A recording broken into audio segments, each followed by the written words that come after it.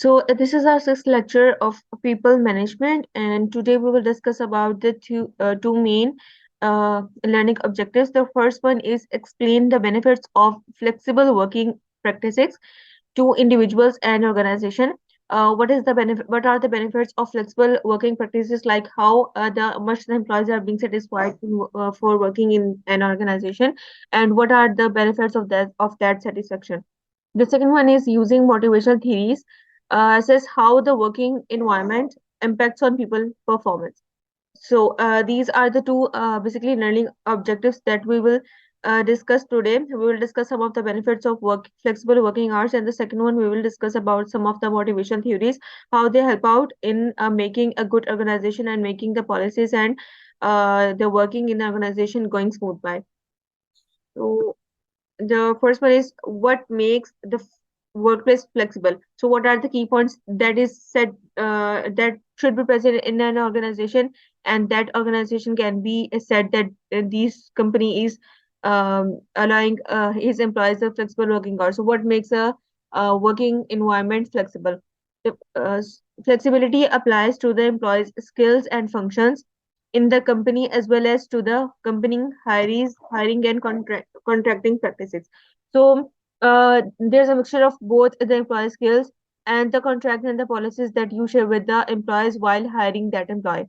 It is a mixture that makes the working place flexible. Some of the policies that you have to attain as an employer and some of the services that you have to give as an employee both contribute to making the workplace flexible. The members of a flexible workforce are capable of performing a variety of different tasks and can be deployed to where and when they are needed the most. So, companies embracing flexibility can hire temporary, part-time, and contract employees to support the efforts of full-time staff during busier work periods or for specific campaigns. As a result, a flexible workforce ensures cost effectiveness and more flexible employment opportunities, matching the needs of both employers, and the employees. Basically, the flexible environment means that you need to hire some staff for the to accommodate your employees during the busiest work hours or during the most pressurized working space. So at that time, you need to hire some of the extra staff in order to make your employees satisfied and not and to able your employees that they don't feel burdened while working in the environment. Basically, these 3 to 4 things are contribute to making the workplace environment. The first one is the satisfaction, the loyalty, and the skills of your employees.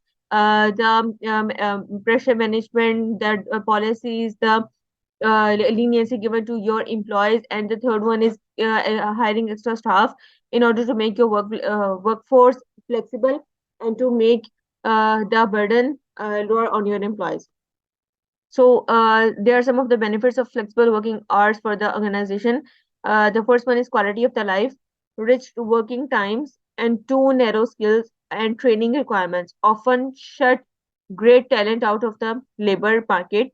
More flexible working arrangements enable students to work part-time, people to gain initial experience in a new industry, parents to return part-time from maternity and paternity leave. This helps you to improve the quality of your life of for the employees. So quality of the life basically refers if your employee are more satisfied in working in the organization, so they will be able to focus more on the other life of concerns. So they will be even more easier to share their burdens while working in the organization. Don't need to take the every or of their life to invest in your company. You need to satisfy your employees that they can even take the maternity or paternity leave, and they will return after getting a better health environment. So this is basically the flexible working hours basically contribute to the quality of their life, that employees are able to focus on their own self and to focus on their work as well. So they are able to manage both the burden of their life in more easier way. The second one is productivity. With employees capable of performing a variety of functions, their productivity can be optimized by directing them to any task as soon as it arises. As a result, the issues are fixed without delay, guaranteeing sustained standards and customer satisfaction. So productivity basically means when the employees are more concerned to focus on their work, they will work with their full heart, and after working the full heart, they will bear a good fruits or good results to the company. So it may contribute to the productivity of the company if you make the workforce flexible for your employees. The third one is level of autonomy, trust, and empowerment. Whereas flexible workforce enables agility, it does not seek to cut on the company's talent but to engage and encourage it. Assigning diverse tasks to employees does not only improve productivity, effectiveness, and efficiency, but also creates a dynamic work environment, resulting in greater employee engagement and empowerment. So basically, there are departments in which the employees are forced to work in their own department, and they do not allowed to take part in the other department's work. So this is the type of the rich working workplace. If you want to make your workplace flexible, you need to train your employee that they can deal with every aspect of the problem, whether they are in the management department, whether the problem is they are in admin department. So it means that you should train your employees according to the every department, and to provide sufficient knowledge that how to solve this problem if this specific problem lies in this department. So basically, so every employee will feel self-satisfied that they have the enough knowledge and they can face everything, or they can solve any problem within minutes. So this type of the strategies are useful in making the workplace environment more flexible than the others. Apart from those companies that are like making the employees to work in a specific department and they are not allowed to take part in the responsibilities of the others department. So this should not be a strategy. Every company should train their employees to take part in every discussion to give the possible solution for the specific problems. So every employee feels being engaged in the company's strategies and the company's policies and all the things you need to discuss for making a company to bear the better results. The fourth one is motivation. Employees are more likely to be flexible for the organization, for example changing their working hours when the need arises, and they show more loyalty. Creating a positive working culture in which employees feel valued, creating buzz around the brand, having a flexible working campaign, and being known as an employer that supports flexible working and can create a buzz around the brand. Some of the companies have their policies that for example, if the opening timing is 10 a.m. and the closing will be 6 p.m. So, as a specific companies should focus on that every employee should be in at 10 and every employee should leave after 7. No, they have no concerns whether the employee is sick or they have an urgent piece of work or they are engaged in any difficult time or in difficult situation. They don't have to deal with that. They only want to know is the presence of the employees from 10 to 6. So this makes the working place more rich. Sometimes everything happens with the human beings, and being a human, you have to deal with your personal life as well, with your professional life, and all other things that are going around in your life.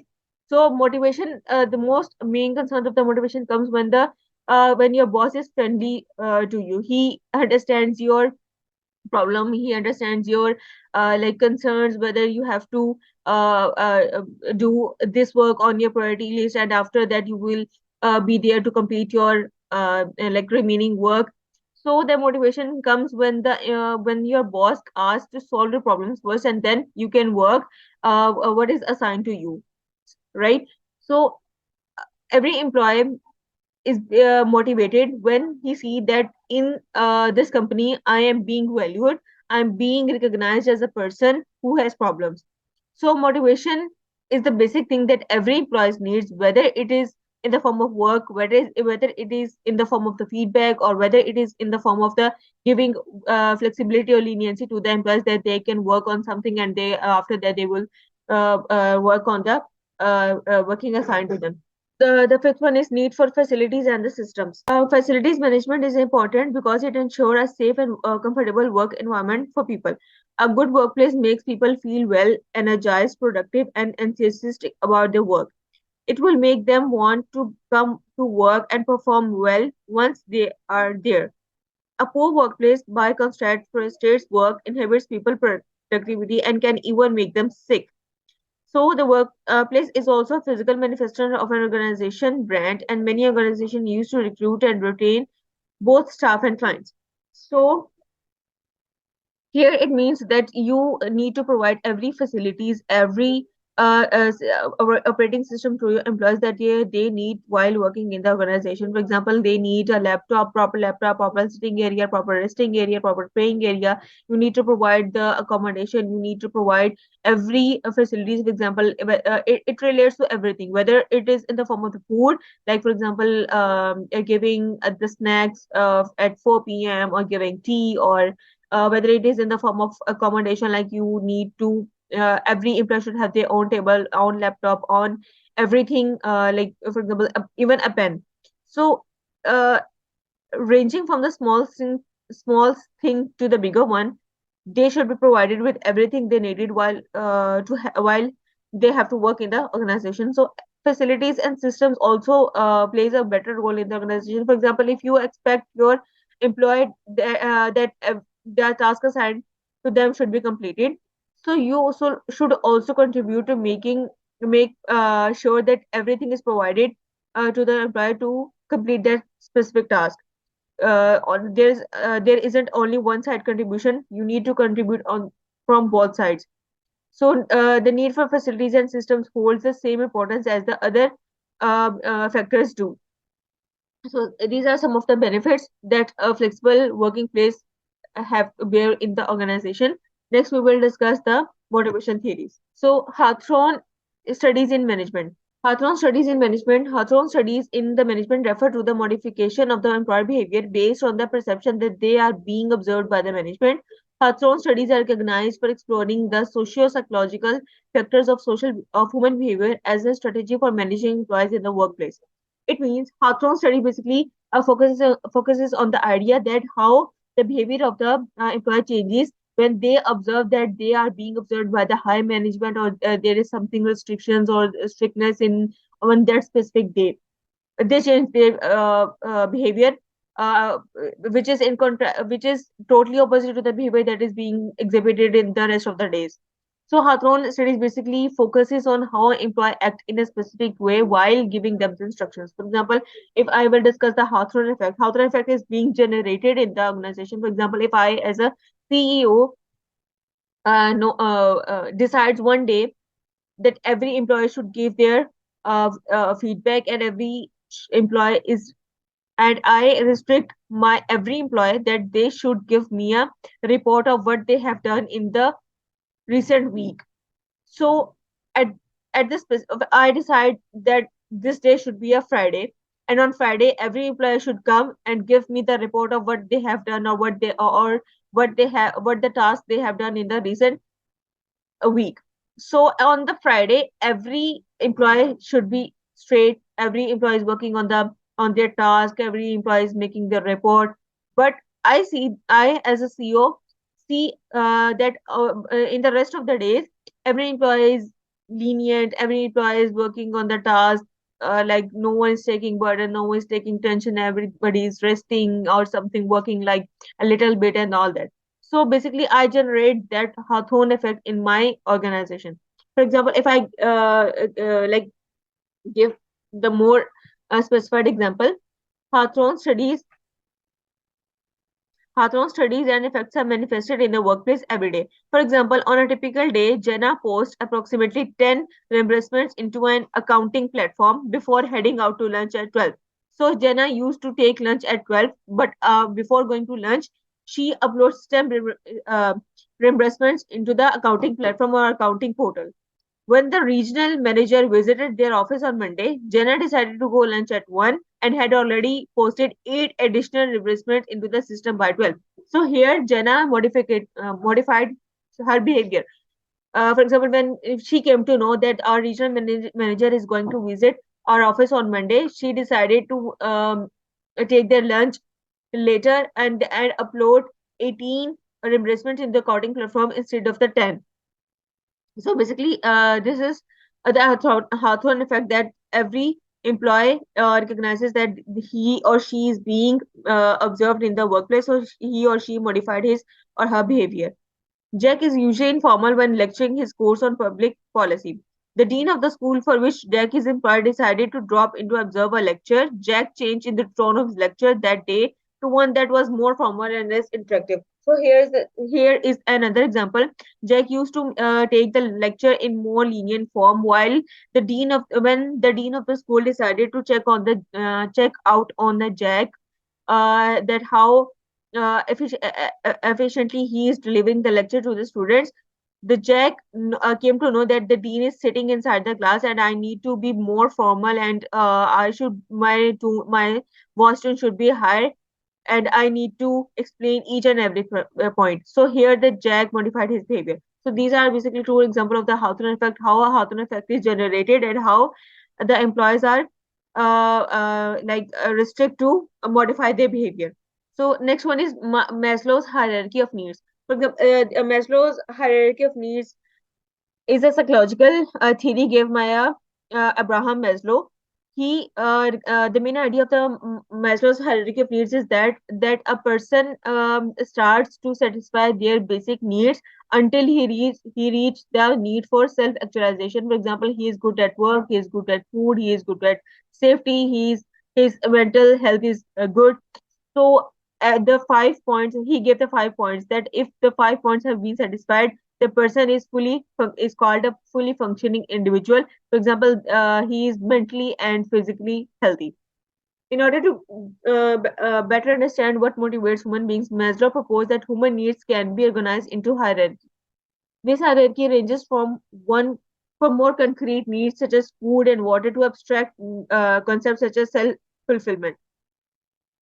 According to Maslow, when a lower need is met, the next need on the hierarchy becomes our focus of attention. There are five categories of needs according to the Maslow. The first one is physiological. These refer to the basic physical needs like drinking when thirsty or eating when hungry. According to Maslow, some of these needs involve our efforts to meet the body needs for homeostasis, that is, maintaining consistent levels in different bodily systems. So basically, physiological needs means that this is our basic needs that our belly should be full and we aren't thirsty at any cost. So these are the basic needs that every person strives for in a daily life. The second one is safety. Once people physiological requirements are met, the next need that arises is a safe environment. Our safety needs to be apparent when early in childhood, as children have the need for safe and predictable environments and typically react with fear or anxiety when these are not met.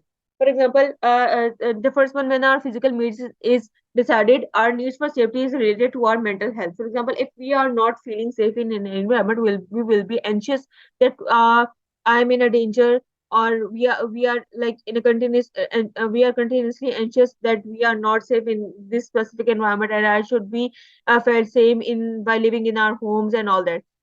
So the safety needs is a basic need as well, and every person needs to be feel safe while living in a society, that his physical health is not in a danger, that his financial health is not in a danger, that his own life is not in a danger. So safety refers to both in every aspect, whether it is related to financial form, whether it is related to physical form, whether it is related to life and all other things.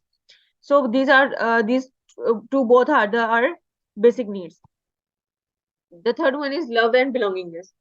According to the Maslow, the next need in the hierarchy involves feeling loved and accepted. This need includes both romantic relationships as well as ties to the friends and family members.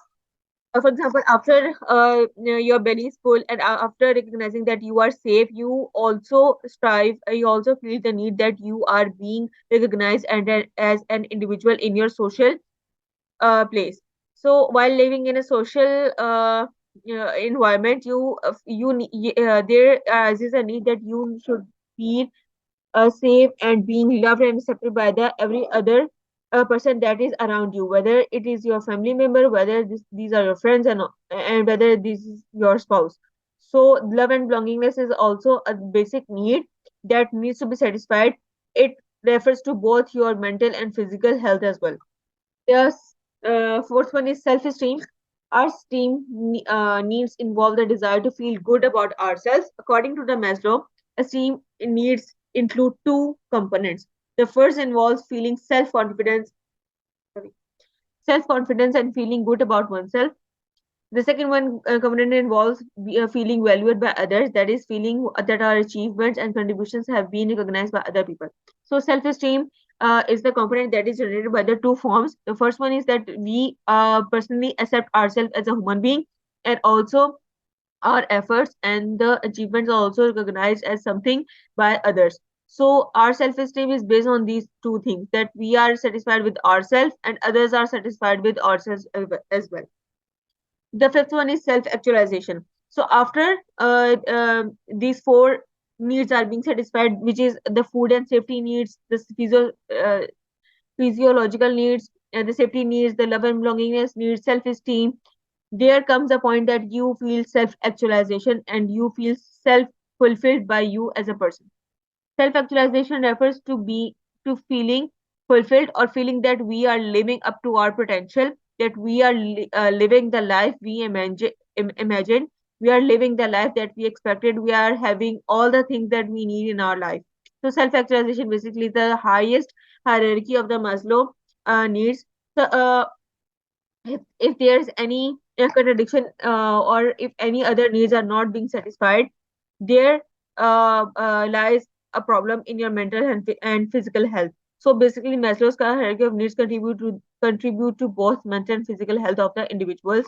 And the individuals, the end stage, he must recognize himself as the self fulfilled individual.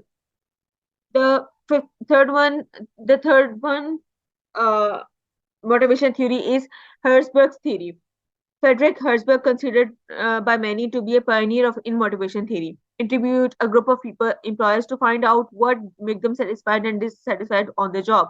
He asked the employers essentially two sets of questions. So basically, Herzberg's theory has an idea to directly ask to the employees whether it is in the form of the feedback, whether it is in the form of the one-on-one meeting, that you have to ask directly with your employees and make sure that nothing will happen if they will speak bad about anything. They will be safe. Their problem should be solved. So directly asking is the basic idea of the Herzberg's theory. The first question he asked the employees that were used in the experiment were was, think of a time when you felt especially good about your job. What did you feel that way? That think of that specific event that you really felt good for being working in this company. The second question he asked was, think of a time when you felt especially bad about your job. What did you feel that way? That what was the basic reason that you feel that you are not supposed to be in this company? So he asked basically two events, the one that is making the employee happy and the second one that is making the employee feeling bad while working in the company. So Herzberg's theory has basically two dimensions of employee satisfaction. Frederick Herzberg theorized that employee satisfaction depends on two sets of issues: hygiene issues and motivators. Once the hygiene issues has been addressed, he said motivators create satisfaction among employees. Hygiene means that he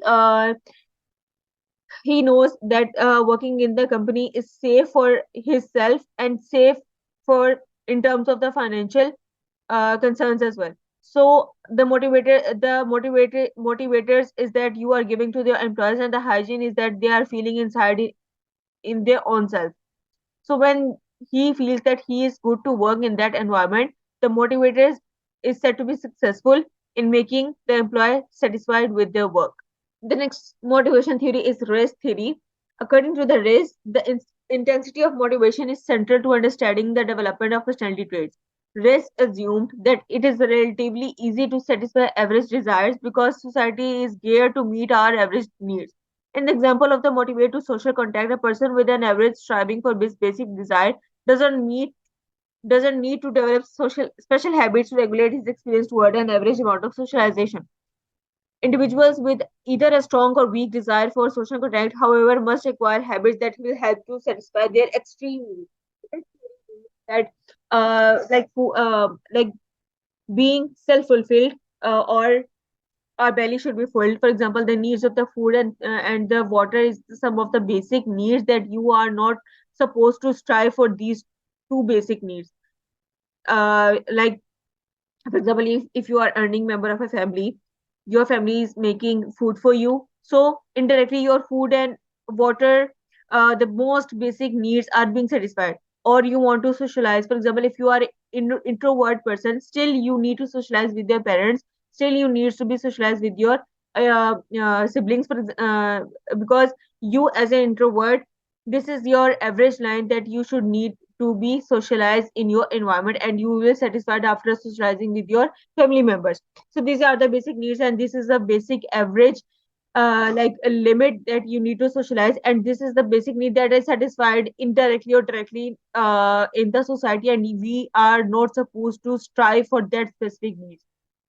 The problem arises when our needs extend that average line, when our expectation arises to our highest. For example, I as a person, my and introvert as well, I need to socialize with my parents and my siblings, and that is enough for me for the daily socializing process. However, I feel that I should also socialize with our neighbors, with our friends, with my friends. I should go out for a shopping, and that here my expectation and my needs arises to that expected line. So when this problem comes, there comes the need that I should strive to make my needs meet according to myself. I need to make habits, I need to make plans, I need to develop skills, so that my needs to be social, to be recognized as a person in my whole society, whether it is related to my friends, whether it is related to my company employees. I need to develop those skills that help me out and socialize with those people as well. So basically, rest theory mainly focuses on the idea that our basic needs are satisfied in our daily life. But however, if our needs exceed the average land, so here comes the time when we need to work on our skills, when we need to work on our like in negative concept, and make our needs being satisfied. So, according to the race, the basic desires, intrinsic motives have two aspects. What is wanted, called the intrinsically valued goal. What is wanted is the universal human motivation. We all want same 16 goals. Acceptance, we should be accepted. Understanding, sustenance, offspring, character, justice, freedom, structure, muscle exercise, competence, sex, preparedness, belonging, respect, safety, and victory. So these are 16 goals that the race decided that these 16 goals should be fulfilled in our life, and these are basic needs. However, the second concept arises, how much we want these goals to be satisfied. How much is wanted, called the stretching intensity. As I have explained in the example, that being an introvert, my need is just socializing with my friends and family. But however, if I know that I should be more socialized in my environment, I need to develop that skills. I need to work on my self that makes me socialize with other people as well. The next one is ethical business practices. There are some of the ethical business practices because we are discussing the health, social care, environment. So there are some of the basically some of the ethical practices that you as an employer should include in your daily life while working in the healthcare sectors. The first one is ethics are the principles that regulate our behavior and ensure we do right thing. Therefore, the ethical business practices are the set of principles that govern your business. They concern your employees, customers, and stakeholders, as well as society as a whole. So the first one is the first ethical practice is define your values. Everyone at your organization needs to be familiar with your business values. The best place to include these values is the employee handbook under a code of ethics section, where writing this section as be as clear as possible to avoid any opportunity for misinterpretation. For example, being an employee, you should list your values, that these are your values that you need to fulfill, and these are the values that your company is giving to you as a person. The second one is decide on appropriate disciplinary action. There will be times when employees fail to adhere to your ethical standards. It's crucial to be consistent with disciplinary action and ensure punishment does fit to fit the crime. This point is basically for the company, that if that being that if you are running a company, it is very very important to you that your employees are like working on your ethical practices, or your ethical policies. They are respecting your policies and strategies and working according to them. So if needed, you should punish your employee in more lenient way, that they not on like shouting on the employees, not like the cutting some of the salary from some amount from the salary. So punishment should not be like that. Punishing is like the way that you ethically or morally uh, like tell your employee that this is not good and it doesn't suits your personality. It makes it makes him realize that he has done something bad. Shouting and making illegal or making poor punishments is not a way to find the solution for the specific problems. You need to be more ethical in giving punishment, and you expect your employees that they should also follow your ethical business practices. The third one is hold your leaders to high standards. Leaders have great influence over their subordinates. By holding your leaders to a high standard, you show your employees that you expect from everyone and inspire individuals to act with integrity. This will also help you to develop future leaders in your current employees. So, being a manager of the company, or being the boss of the company, I should also respect my employees, and I should also respect the senior bosses in the other companies, that from them I have gained some experience, from them I have learned some things.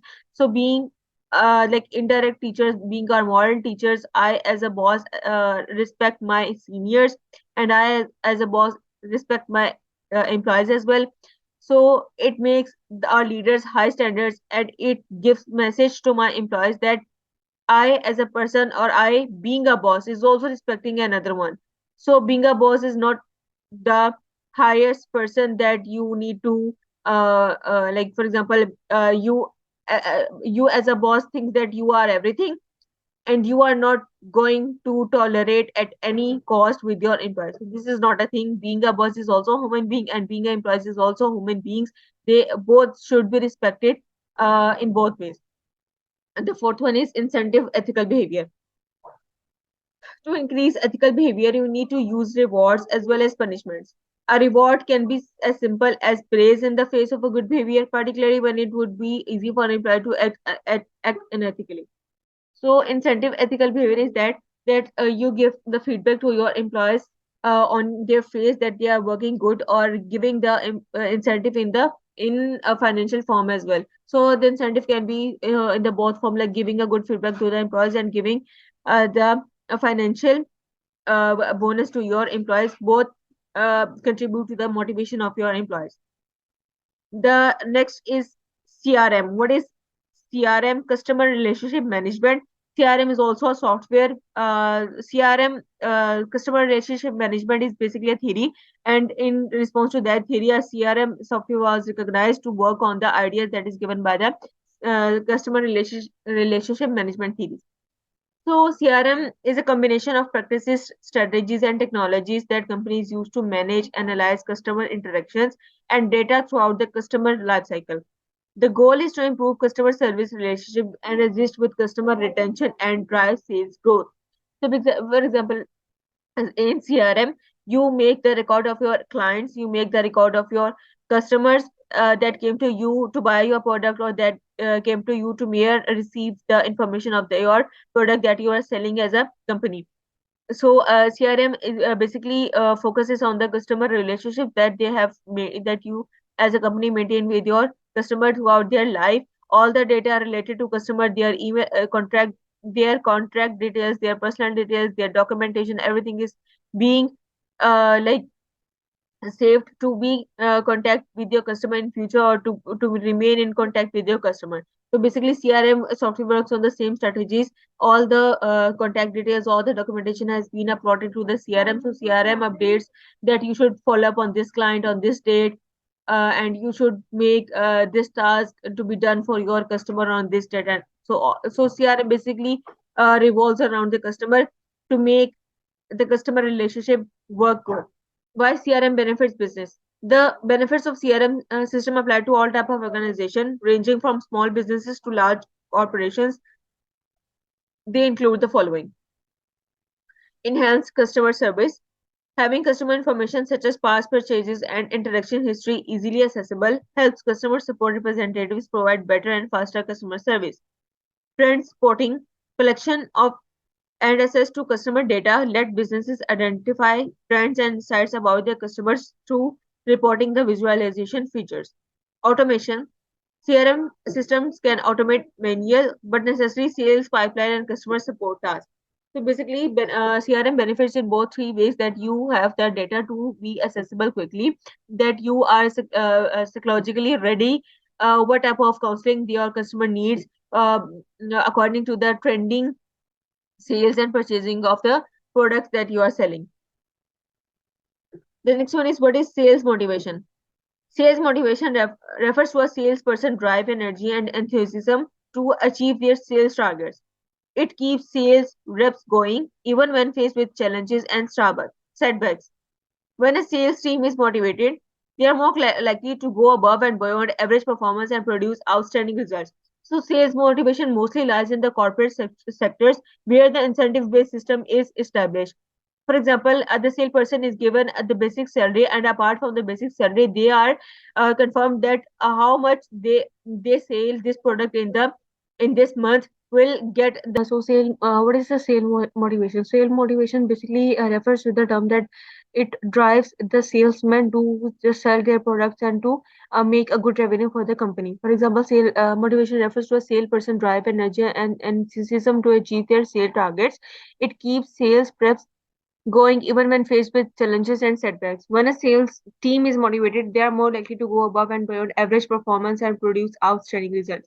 So it means that when you drive your salesman to the motivation, it basically refers to their skills and energy, how energetically they sell their products, or how energetically they will achieve their targets to sell this number of the products to their customers. So sales motivation basically comes from the incentive based, or either in corporate sector. For example, in corporate sector, you have mostly seen that they are incentive based. They are so incentive based because the wage that they are generating are earning by themselves, not by the company. For example, the company says that this is your target for the month. For example, you have if you have to sell the 10 products for the whole month, or if you want to sell the 10 products, how much the extra products will be sold by you depends that you will get the incentive of that extra products sold by you.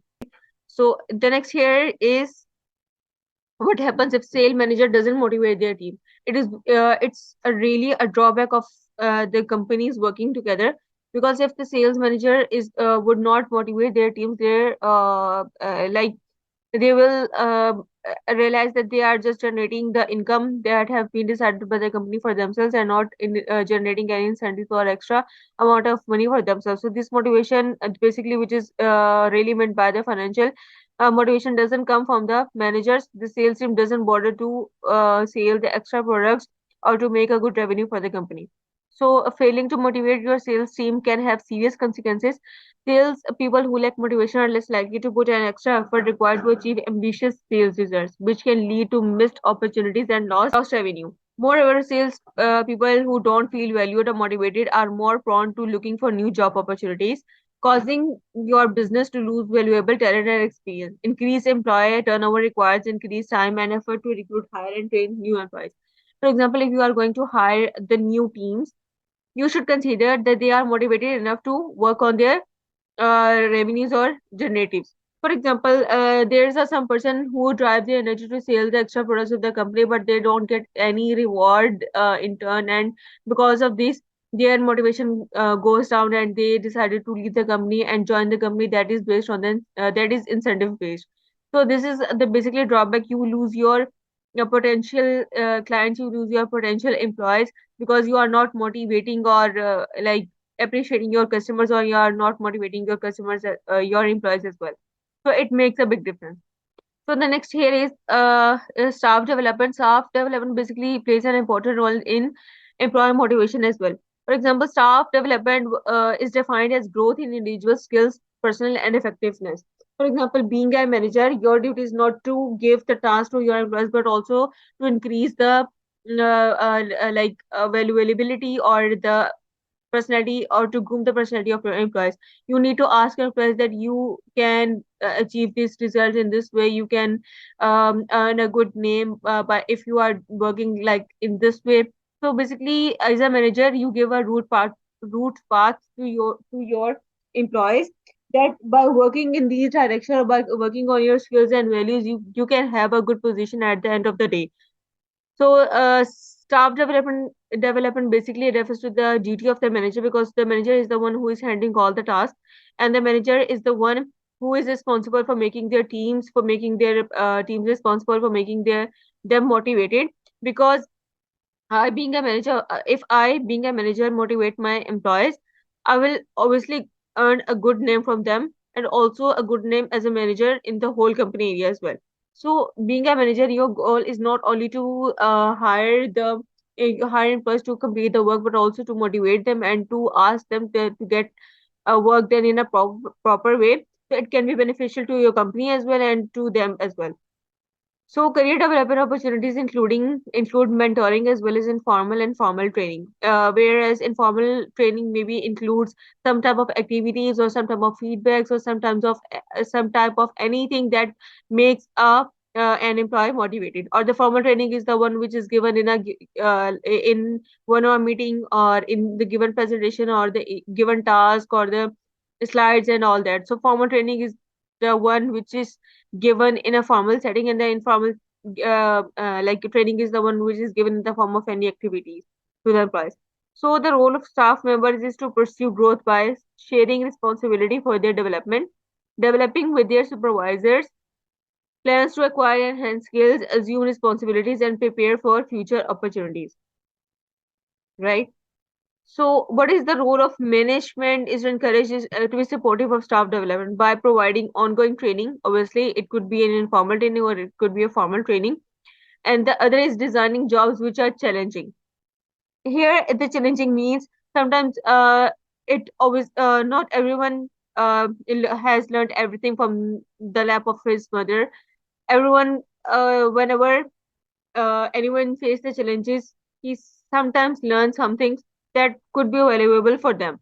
So, by designing such challenging jobs, you hire the people who have the matching skills to complete that specific job, and then by hiring them, you need to provide them complete guidance.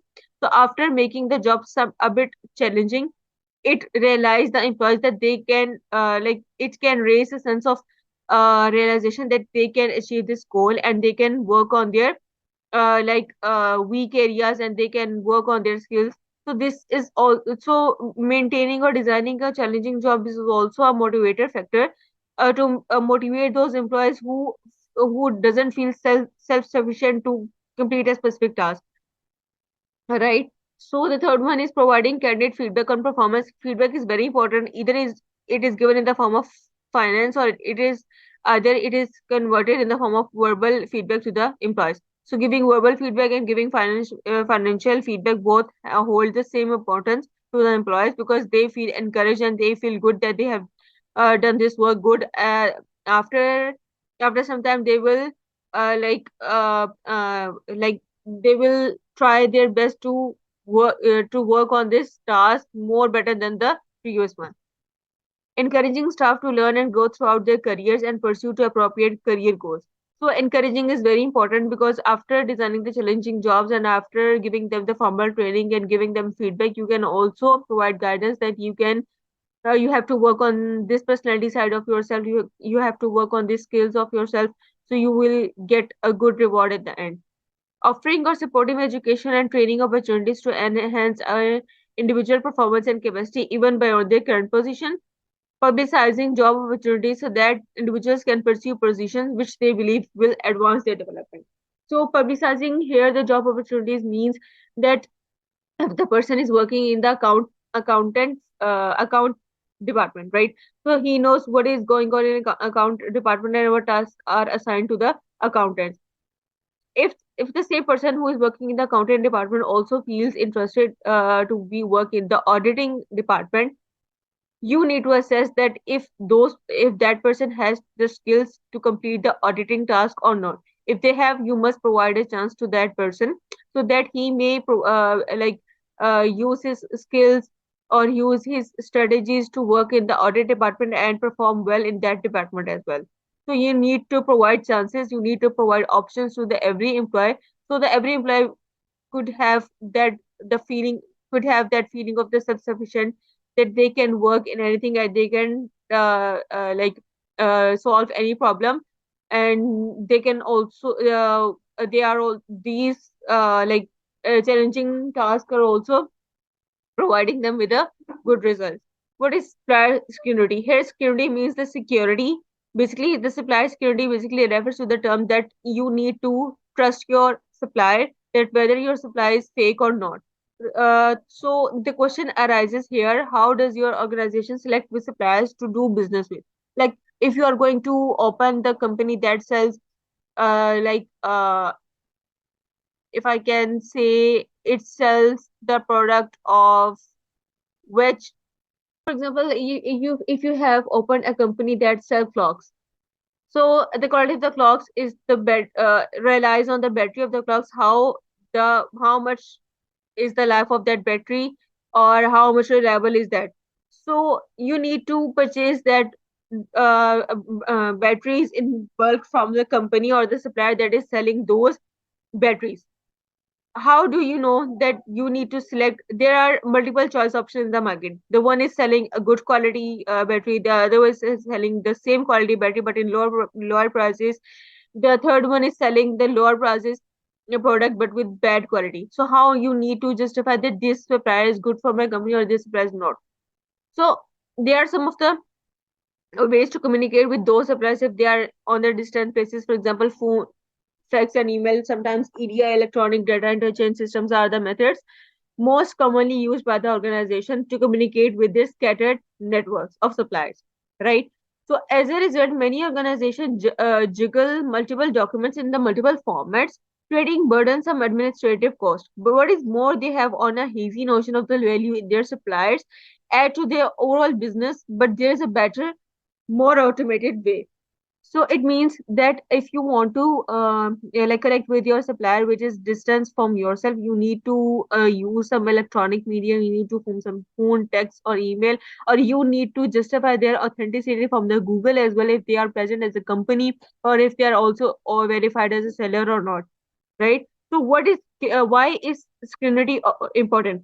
Security is important because otherwise you are going on trust, with there being so many different purposes before a product goes to the market. The reality of how sustainable or how much recycled material is in that product is often really known. A manufacturer may tell a brand that material is made from the recycled plastic bottles, that their real way of knowing whether it is 100% recycled, 80% recycled, 20% recycled, or not from the recycled at all. So security is very important because you need to check and balance on your supply that whether this, like as I have discussed before, that you need to justify the quality of the products they are selling, and after purchasing that products, what is the market value you will gain as a company that this company is selling the clothes.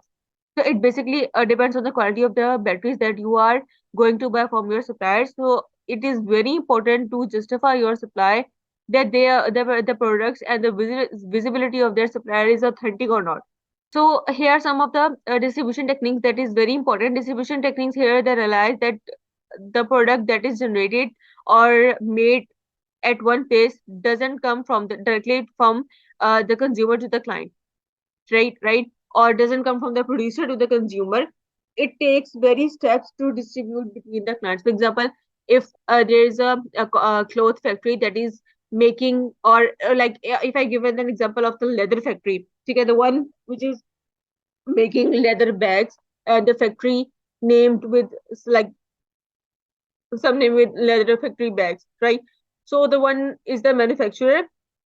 The other steps comes from the wholesaler that buys that bags in very low price from the manufacturer and sells them onwards by deciding the profit of the bags. Like for example, if the bag is bought in 1,000 rupees, so the seller has bought the bag from like 1,000 rupees from the manufacturer, and after buying he sell it onwards on the 1,500 rupees, right? So the 1,000 is the original price of the bag, and the 500 is the profit of that wholesaler, right?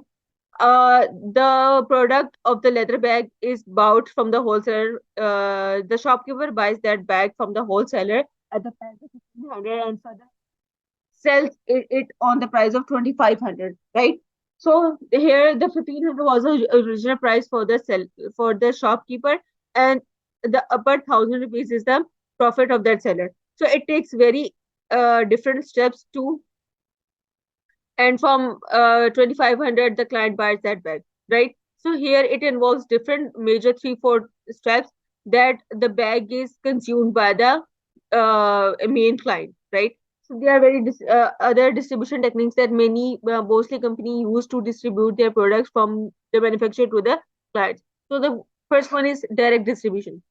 Direct distribution involves the manufacturer taking orders and sending its product directly to the consumer, as well as having access to more data about the consumers and target audience. It can also result in high profit margins because they are favor intermediaries. Here, the intermediaries means the third party that is going to sell your product from buying to you and selling to the clients. So the direct distribution is mostly seen in the food companies. For example, the Nestle is the one who is manufacturing their products uh, and giving it and selling it their products directly to their clients. There is no other third party involved, like for example the one who has opened the shop on the name of Nestle. No, that will not be an option. Direct distribution is the thing where the product is made and directly transferred to the clients. So here, mostly food companies or food chains are using this type of distribution strategies. The second one is indirect distribution. Indirect distribution involves working with intermediaries to distribute your products. This can be retailers, wholesalers, franchisors, or distributors depending on your needs. So here, the third party comes to involves to sell the products of the manufacturer. Like I have explained, given the example of the leather bags. In the leather bags there are two intermediaries. The one is a wholesaler and the other is shopkeeper. The main area of the manufacturer was the factory that is manufacturing that bags, and the other side there is a client who is consuming that bags, but there are two intermediaries involved in this process. The one is wholesaler and the other is the sale person, right? The third one is intensive distribution. The distribution type involves placing your products as many in retail location as possible, and only really applies to expensive products that customer purchase routinely, right? So here it involves that there is a shop, you manufacture the local product, and the local products is, for example, like I will give an example of the plate manufacturer, like uh, cutlery manufacturer. The factory that is manufacturing the cutlery, that cutlery brand is distributed in different shops where the like plates and forks and knives are present, right? So the cutlery is the one thing that is distributed to the different retailer shops, so that it can be consumed by the clients directly. So it as such it doesn't involve any intermediaries, but the manufacturer is responsible to distribute his own original product to different retailers, so the retailers can sell their products and gain a profit by themselves, right? So the next one is selective distribution. This distribution strategy involves distributing your products to more than one retailer, but being very selective that which ones you work with, right? So if here I will give an example of the like masala company. The one is manufacturing the masalas and all that. Like for example, the National Masala is the company that is like making different masalas for different recipes, right? So the National is very selective that on a good utility stores my product will be sold, but in that sense, like in the local shops, should not sell my products. They can sell any masalas that is related to any other companies, right? So here the manufacturer decides himself that which retailer he wants to choose and which retailer he allows to sell their products. The next one is exclusive distribution. An exclusive distribution strategy involves selling your product to one specific retailer only through your own website or physical storefronts, right? Here, the Amazon will be will be a good example. For example, the Alibaba decides that its products can be distributed on the Amazon.com. So the Amazon is the person who is selling on the responsible is selling on the Amazon is responsible to sell their product, right? He buys from the Alibaba and sells on the Amazon. So here the Alibaba has allowed the Amazon to distribute his products. He has maybe the Alibaba has not given permission to the Ras.pk, to any other Shopify store or any other online store to sell their products, but has allowed only Amazon because he's very selective that this retailer is a good platform to sell my products. So that exclusive distribution is the perfect example in the case of Amazon.com, right?